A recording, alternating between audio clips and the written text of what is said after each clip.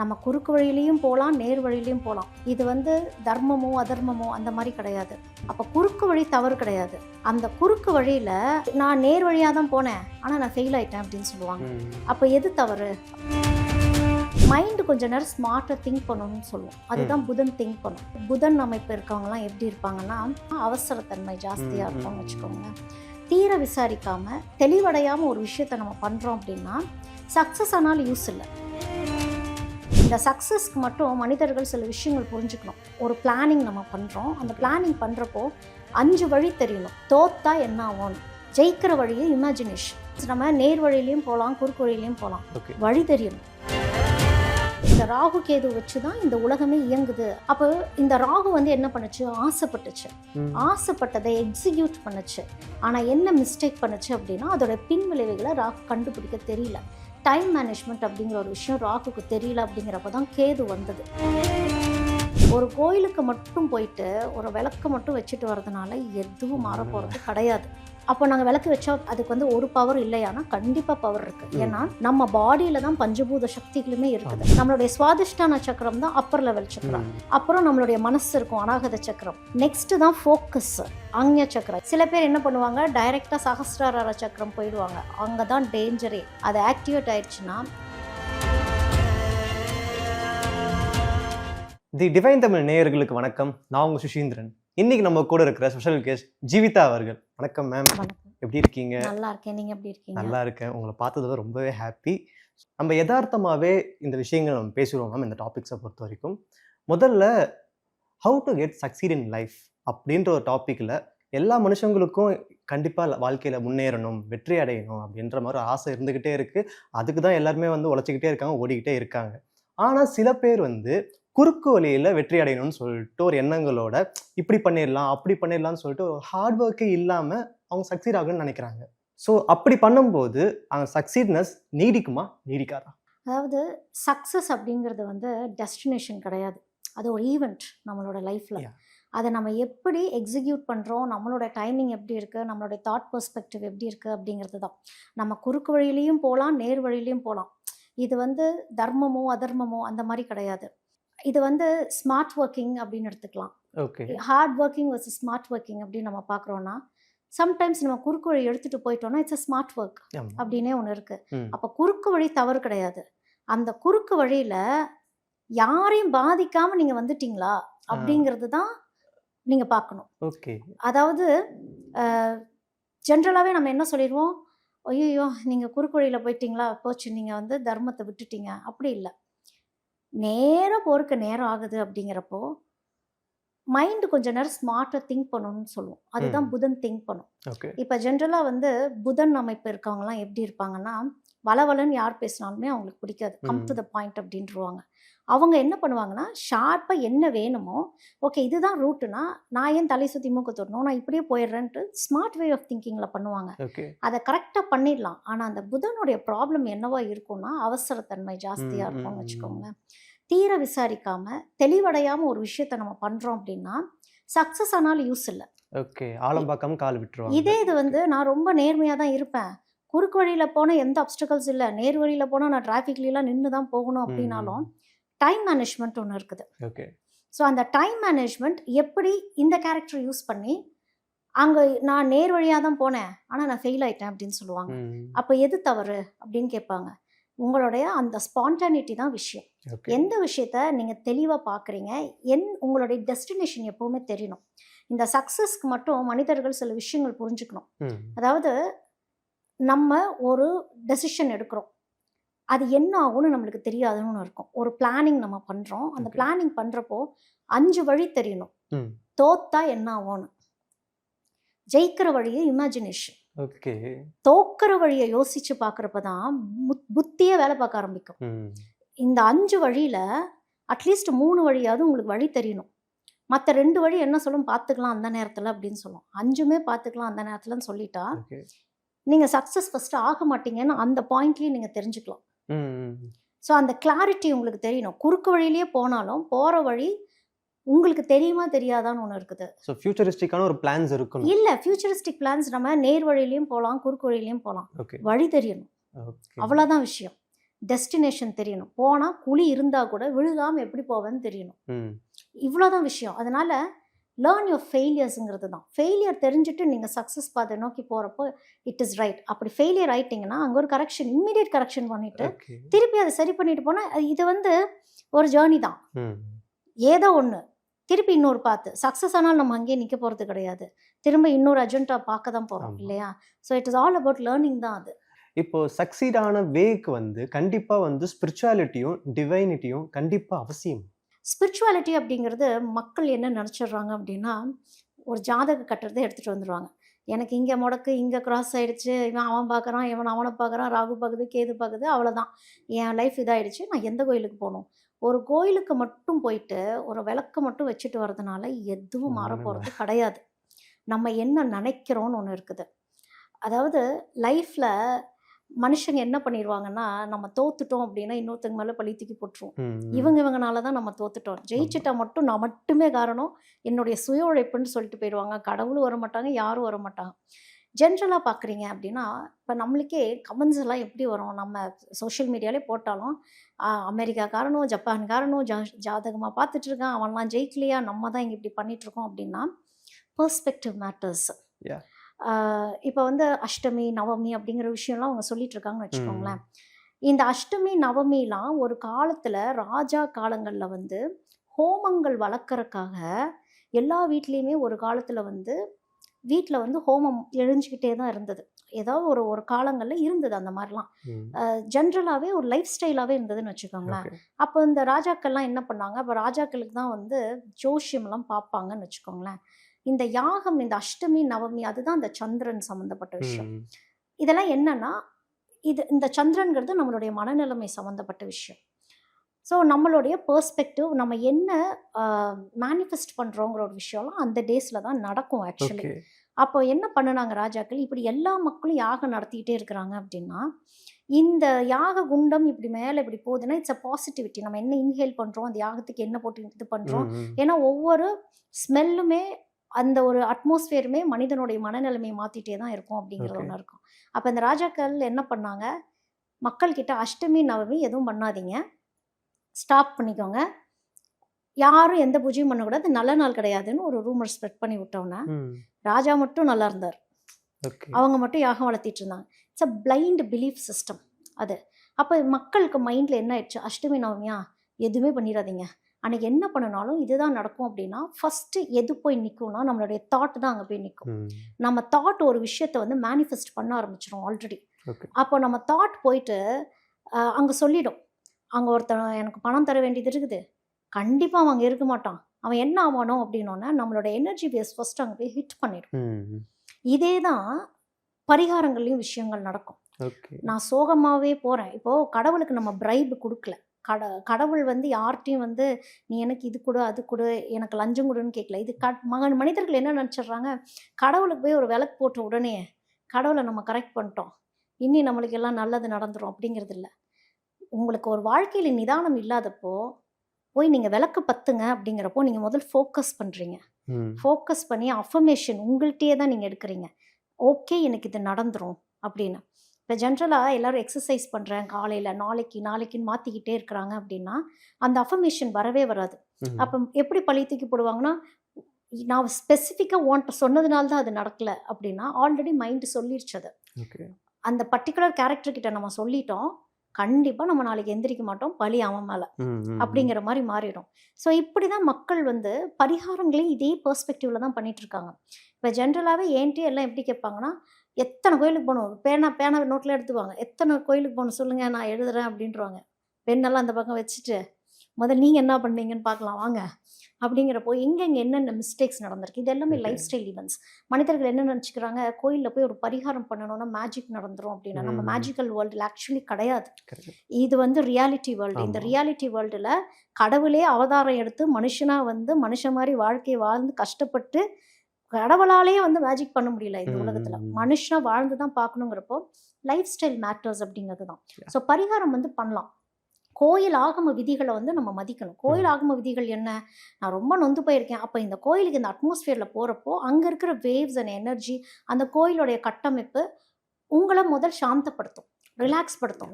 நான் அடிச்சு பிடிச்சி முண்டி கூட்டத்தில் போயிட்டு இவ்வளோ நேரம் நின்று எல்லாத்துக்கிட்டே சண்டையை போட்டு எதுக்கு சாமி கும்பிட வந்தோன்னே தெரியாமல் சாமிக்கிட்ட நின்று உன்னை பார்க்க வந்து என்னை இவ்வளோ கஷ்டப்படுத்துறியான்னு சாமியும் திட்டிட்டு திரும்ப வீடு வந்து சேர்றதில்ல அந்த இடத்துக்கு நம்ம போயிட்டு வந்துட்டு ஏன் நடக்கலைங்கிற மாதிரி ஆகிடும். அதாவது எல்லாரும் லட்சக்கணக்கான மக்கள் போகிற அன்னைக்கே தான் கோயிலுக்கு போகணுன்ட்டு இல்லை. ஓகே, தெய்வமாக கூப்பிடும், நம்ம மனசாக சொல்லும் இந்த கோயிலுக்கு போனால் நல்லாயிருக்கும். சிலருக்கு கோயிலுக்கு போகலினா ரொம்ப நல்லாயிருக்கும் அப்படிங்கிறதே ஒன்று இருக்கும். உங்கள் மனசு எங்கே போகுது அப்படிங்கிறது தான் ஒரு விஷயம். இப்போ ஒரு சிலர்லாம் ரொம்ப நொந்து போயே இருப்பாங்க. சரிங்க கோயிலுக்கு போயிட்டு வாங்க அப்படின்னா, இந்த கோயிலுக்கு போகிறப்போ அந்த கோயிலில் யாருமே இல்லைன்னு வச்சுக்கோங்களேன், அதே வைபோடையே போயிட்டு சாமியை பார்த்துட்டு நான் வந்துட்டேன், இப்போ உனக்கு என்ன நான் விளக்கு பற்றணுமா, நெக்ஸ்ட் நீ என்ன பண்ண போகிற, அதே எனர்ஜியோடு வரப்ப இன்னும் டவுன் ஆகிடுவாங்க. ஏன்னா ஒரு கோயிலில் அதோடைய அந்த வெப்பநிலைகள்லாம் இருக்கு இல்லையா, நம்மளை இன்னும் டிப்ரெஸ் பண்ணுற மாதிரியே ஒரு சில இடங்கள் அந்த மாதிரிலாம் இருக்கும். அப்படிங்கிறப்போ நமக்கு கலகலப்பான ஒரு இடம் பிடிக்கும் அப்படின்னா கலகலப்பாக இருக்கிற இடத்துக்கு போயிட்டு வாங்க. ஒரு சிலருக்கு அந்த நாய்ஸே வேண்டாம்னு நினைப்பாங்க, அவங்க இந்த கோயிலுக்கு போயிட்டு வாங்க. பொதுவாக இந்த கோயிலுக்கு போங்கன்னா எல்லாரும் கிளம்பி போயிடுறது. கோயில் அட்ரஸுங்க, அது எங்க இது எங்க, எல்லாத்துக்குமே எல்லாமே செட் ஆகாது. உங்களுடைய மனநிலைமை, உங்களுடைய ஃபினான்ஷியல் சுச்சுவேஷன்ஸு, நிறைய விஷயங்கள் இருக்குது இல்லையா. ஸோ ப்ராக்டிக்கலி ரியாலிட்டிக்குள்ளே மனிதர்கள் வந்து பக்கத்தில் இருக்க கோயிலுக்கு போயிட்டு ஒன்றும் இல்லை, நம்ம அந்த கோயிலில் வரக்கூடிய அந்த வாசனைகள்லாம் இருக்கு இல்லையா, ஆட்டோமேட்டிக்காக நம்ம உடம்புல வந்து அந்த ஒவ்வொரு செல்ஸ் ஆக்டிவேட் ஆக ஆரம்பிச்சிடும். அந்த எனர்ஜி நம்ம இன்ஹேல் பண்ணுறப்போ நம்மளுக்கு ஒரு கெட்ட ஸ்மெல் வந்தால் நம்மளறியாமல் நம்ம எப்படி மூக்கு பத்துறோமோ அதே மாதிரி கோயிலுக்கு போகிறப்போ நல்ல ஸ்மெல் வரப்போ நம்ம பிரெயின் வந்து ஆக்டிவ் ஆகுதுங்கிறனால தான் நம்ம அந்த கோயிலுக்கு போயிட்டு பிரார்த்தனைகள்லாம் கேட்டுட்டு வரப்போ 4 நல்ல மனுஷங்க சிரிச்சவங்களை பார்த்துட்டு போகிறப்போ வந்துருங்க, கோயிலுக்கு போகிறப்போ நல்லா ட்ரெஸ் பண்ணிட்டு போங்கன்னு சொல்கிறதே அதுக்கு தான். நம்மளே நொந்து போய் அங்கே இருக்கவங்க நொந்து போய் பார்த்துட்டு வந்து உனக்கும் கவலையா எனக்கும் கவலையான்னு சொல்லிட்டு வராமல் அதுக்கு தான் செழிப்பாக போயிட்டு வாங்கன்னு சொல்கிறது. ஸோ இது எல்லாமே நமக்காக தான். இந்த கோயில் கட்டமைப்புலேருந்து எல்லாமே நமக்காக தான். எங்கேயுமே கடவுள் வந்து விளக்கு வச்சுட்டியா ஓகே ப்ரெசன்ட் நெக்ஸ்ட்டு அப்படின்ட்டு கடவுள் வந்து எந்த இதுவுமே எடுக்கலை. ஆனால் அப்போ நாங்கள் விளக்கு வச்சா அதுக்கு வந்து ஒரு பவர் இல்லையானா கண்டிப்பாக பவர் இருக்குது. ஏன்னா நம்ம பாடியில் தான் பஞ்சபூத சக்திகளுமே இருக்குது. அதனால தான் வாட்டர் எனர்ஜிஸ்ட்டை போங்க, ஃபயர் எனர்ஜிஸ்ட்டை போங்க, காற்று இருக்கிற இடத்துக்கு போங்க அப்படிங்கிறது. ஸோ நம்ம பாடியில் இதெல்லாம் அக்யூமுலேட் ஆக ஆரம்பிக்கும். அந்த ஃபயர் எனர்ஜி நம்ம போய் ஒரு விளக்கு பத்துறோம் அப்படின்னா ஒரு சில இடங்களில் இத்தனை விளக்கு பத்துங்க அப்படின்லாம் அந்த கோயிலில் இருக்கும். அது என்னன்னா இந்த அஃபர்மேஷன்ஸ், அந்த அஃபர்மேஷன்ஸ் எடுத்து இது எக்ஸிக்யூட் ஆகணும்னு சொல்லிட்டு நம்ம வேண்டிட்டு வர்றது தான். அதுக்கப்புறம் நெக்ஸ்ட் நடக்கிற வரைக்கும் அடுத்த வேண்டுதல் வச்சுக்க கூடாது, அதை முடிச்சுட்டு இன்னொன்று கண்டினியூ பண்ணுங்க. நம்ம என்ன பண்ணுவோம், லிஸ்ட் எல்லாம் போட்டுருவோம், எதெல்லாம் நடக்கலையோ அதையே ஃபீல் பண்ணிட்டு இருப்போம், நடந்ததை கடந்து வந்துடுவோம். அப்படிங்கிறது தான் ப்ரையோரிட்டைஸ் பண்ணணும், எது லைஃப்ல வேணும் அப்படிங்கிறது. ஸோ பரிகாரம் தப்பு கிடையாது, ஆனால் அதுக்கு அடிக்ட் ஆகிடக்கூடாது. ஓகே, ஸோ நீங்கள் பேசிகிட்டு இருக்கும்போது ஒரு விஷயம் நடுவில் சொன்னீங்க, மேனிஃபெஸ்டேஷன் அப்படின்ட்டு. அப்போ லைஃப்பில் சக்ஸஸ் ஆகிறதுக்கு கண்டிப்பாக மேனிஃபெஸ்டேஷன் பண்ணி ஆகணுமா, கட்டாயமா? அது மேனிஃபெஸ்டேஷன் அப்படிங்கிறது வந்து டிசையருங்கிற ஒரு விஷயம் ஒன்று இருக்குது. மனிதனுக்கு முதல் ஆசை வரணும் அப்படின்னு ஒன்று இருக்குது. அந்த ஆசை ப்ராக்டிக்கலி பாசிபிளா அப்படிங்கிறத நம்ம பார்க்கணும். ஏன்னா நம்ம இவ்வளோ டெக்னாலஜி நம்மளுக்கு டெவலப் ஆயிருக்கு அப்படின்னா அதுக்கு ராகு ஒரு முக்கிய காரணம் அப்படின்னு ஒன்று இருக்குது. இந்த ராகு கேது வச்சு தான் இந்த உலகமே இயங்குது அப்படிங்கிற ஒரு பெர்ஸ்பெக்டிவ்ல இருக்கோம் நம்ம. அப்போ இந்த ராகு வந்து என்ன பண்ணுச்சு, ஆசைப்பட்டதை எக்ஸிக்யூட் பண்ணுச்சு. ஆனால் என்ன மிஸ்டேக் பண்ணுச்சு அப்படின்னா அதோட பின் விளைவுகளை ராகு கண்டுபிடிக்க தெரியல. டைம் மேனேஜ்மெண்ட் அப்படிங்கிற ஒரு விஷயம் ராகுக்கு தெரியல. அப்படிங்கிறப்ப தான் கேது வந்தது. கேது வந்து இல்லை, நீ எதில் ரொம்ப அட்டாச் ஆகிட்டு இருக்கேன்னு பாரு, சில விஷயங்கள்லேருந்து டிட்டாச் ஆகி வா அப்படிங்கிறது தான் கேது சொல்லுச்சு அப்படின்னு ஒன்று இருக்குது. அப்போது இந்த மேனிஃபெஸ்டேஷனுக்கு இட் இஸ் அ ப்ராசஸ். நான் வந்து நிறைய மேனிஃபெஸ்ட் பண்ணுவேன், ஆனால் அதுக்காக மேனிஃபெஸ்ட் பண்ணிட்டோம் அது மேஜிக் நடந்துடும் அப்படிங்கிறது இல்லை. அதுக்கு ஒர்க் அவுட் பண்ணணும். எதுவுமே நம்மளுக்கு டைம் வேஸ்ட் ஆகாது அப்படிங்கிறது தான். நம்ம வாழ்க்கையில் படிக்கிறது எங்கேயுமே தப்பாக போகாதுன்னே ஒன்று இருக்கும். ஏதோ ஒரு வகையில் அது நம்மளுக்கு ஹெல்ப் பண்ணியே தீரும்னு ஒன்று இருக்குது. அப்போ அந்த மேனிஃபெஸ்டேஷனுங்கிறது என்ன அப்படின்னா, இதுக்கு நான் தகுதியானவன் அப்படின்னா இது என்னை தேடி கண்டிப்பாக வரும் அப்படின்னா அந்த லெவலுக்கு நான் போவேன் நம்ம ஒரு இன்ஸ்ட்ரக்ஷன் கொடுக்கறது. அதுதான் நம்ம பாடியில் இருக்க சக்ராஸோடது தான் அந்த மேனிஃபெஸ்டேஷன். அதாவது நம்மளுடைய மூலாதார சக்கரம், நம்மளுடைய பேஸ்மெண்ட் சக்கரம் வந்து முதல் வந்து ஒரு பிளேஸ்மெண்ட்ல அது கரெக்டாக இருக்கணும்னு ஒன்று இருக்குது. நம்மளுடைய சுவாதிஷ்டான சக்கரம் தான் அப்பர் லெவல் சக்கரம். இதுதான் வந்து நம்மளுக்கு ஆசைகளை தூண்டும். தப்பே கிடையாது ஆசைகள் தூண்டுறதுல. ஆனால் அதை மேனிஃபெஸ்ட் பண்ணுறது தான் நம்மளுடைய மணிப்பூரக சக்கரம், செட் கோல் அப்படிங்கிறது. அப்புறம் நம்மளுடைய மனசு இருக்கும் அநாகத சக்கரம். அது என்ன பண்ணும், அலைப்பாஞ்சுக்கிட்டே இருக்கும். அதுதான் டிஸ்ட்ராக்ஷன்ஸ்க்கு போய்கிட்டே இருக்கும். இந்த கோல் செட் பண்ணி இந்த மனசு இப்படி ஓப்பன் ஆகுதுங்கிறப்போ நம்ம பேசணும்னு ஒன்று இருக்குல்ல, பேசுறதுக்கு நாலேஜ் தேவைன்னு ஒன்று இருக்குதுல்ல, அதுதான் அந்த டைம், மேனிஃபெஸ்டேஷன் டைம். அப்போ நம்ம பேச ஆரம்பிச்சோம்னா தான் மேனிஃபெஸ்டேஷன் ஸ்டார்ட் ஆகுதுன்னு அர்த்தம். நெக்ஸ்ட் தான் ஃபோக்கஸ், ஆக்ஞா சக்கரம். எதை நம்ம ஃபோக்கஸ் பண்ணணும், நம்ம ஒரு விஷயத்த வந்து பிளான் பண்ணுவோம், எங்கெங்கேயோ தாட்ஸ் போயிடும், எங்கே ஆரம்பித்து எங்கே முடிகிறோன்னே தெரியாமல் போகிறப்போ manifestation it takes time. Manifestation ஆகாமல் இருக்காது. சில பேர் என்ன பண்ணுவாங்க, டைரெக்டாக சகஸ்ரார சக்கரம் போயிடுவாங்க. அங்கே தான் டேஞ்சரே. எல்லாரும் என்ன நினச்சிக்குவாங்கன்னா, சகஸ்ரார சக்கரம் ஓப்பன் ஆயிடுச்சுன்னா எல்லா டிவைன் எனர்ஜி நம்மள்ட்ட கனெக்ட் ஆகி நம்ம அச்சீவ் பண்ணிடுவோம். கிடையவே கிடையாது. அது ஆக்டிவேட் ஆயிடுச்சுன்னா டோட்டல் ஐசோலேட்டட் லைஃப்குள்ளே காமன் பர்சனை கூட்டிகிட்டு போயிடும். ஓகே. அது என்ன பண்ணும், அதுவாக வரும். ஏன்னா அது எல்லாமே வந்து ஹிடன் எனர்ஜி. அதோட டெஃபினிஷன் என்ன மேம்? நீங்க ஒரு சக்கரா சொன்னீங்கல்ல. ஓகே. அதாவது நம்ம பாடியில வந்து 7 சக்ராஸ் இருக்கு அப்படிங்கிறது. இது வந்து உள்ளூர் இருக்கிற சக்ராஸ். இது எல்லாம் தான் மேனிஃபெஸ்டேஷன்ஸ்க்கு முக்கியமா நம்ம பாடியில இருந்து வேலைப்பாடு பண்றது. இதுக்கு தான் நம்ம கோயிலுக்கே போறோம். நம்ம பாடியில இருக்க சக்ராஸ் அலைன்மெண்ட் பண்றதுக்கு தான் கோயில் கட்டமைப்புகளே வந்தது. அதுதான் வந்து இப்ப இந்த மணிப்பூரக சக்கரம் அப்படின்னு சொன்னாலே இது ஃபயர் எனர்ஜி. ஒவ்வொன்றுக்கும் ஒவ்வொரு எனர்ஜி, சோர்ஸ் ஆஃப் எனர்ஜிஸ் இருக்குன்னு வச்சுக்கோங்களேன். இப்போ மூலாதார சக்கரம் இருக்கு அப்படின்னா அதுலேயுமே வந்து ஃபயரோட எனர்ஜி, செவ்வாயோட எனர்ஜி, அதாவது பூமியோட எனர்ஜி அந்த இடத்துல இருக்கும். மூலாதாரம் அதுதான் பேஸ்மெண்ட் ஸ்ட்ராங்.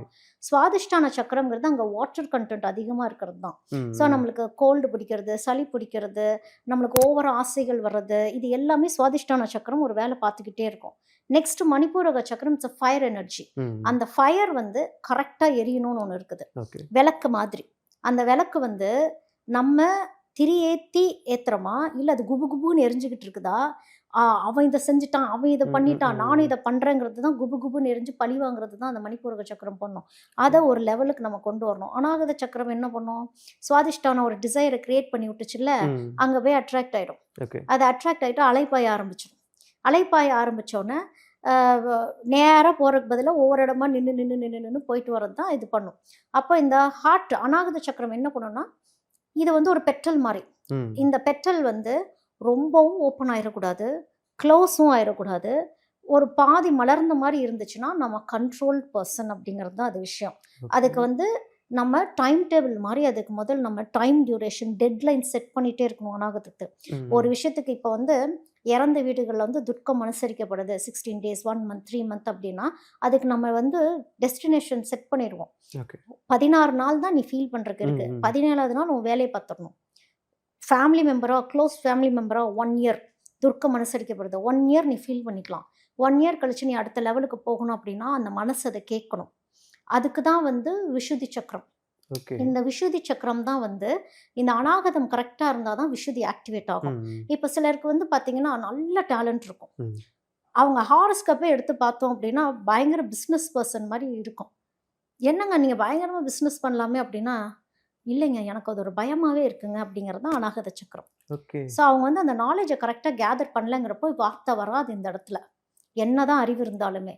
அப்போது இந்த அநாகதத்தையும் மணிப்பூரகத்தையும் இந்த கோல் கரெக்டாக செட் பண்ணி இவ்வளோ தான், யார் என்ன நினச்சாலும் பரவாயில்ல அப்படிங்கிறது தான் அந்த அநாகத சக்கரம் நம்ம ரெடி பண்ணனா தான் வாய்ஸ் ஒரு பேஸ்மெண்ட்டுக்கு கரெக்டாக வரும் அப்படிங்கிறது தான் அந்த விஷுதி. அதுதான் உங்களுக்கு கான்ஃபிடன்ஸ். அந்த கான்ஃபிடன்ஸ் எப்போ கொடுக்கும், உண்மையை பேசினா தான் கொடுக்கும்.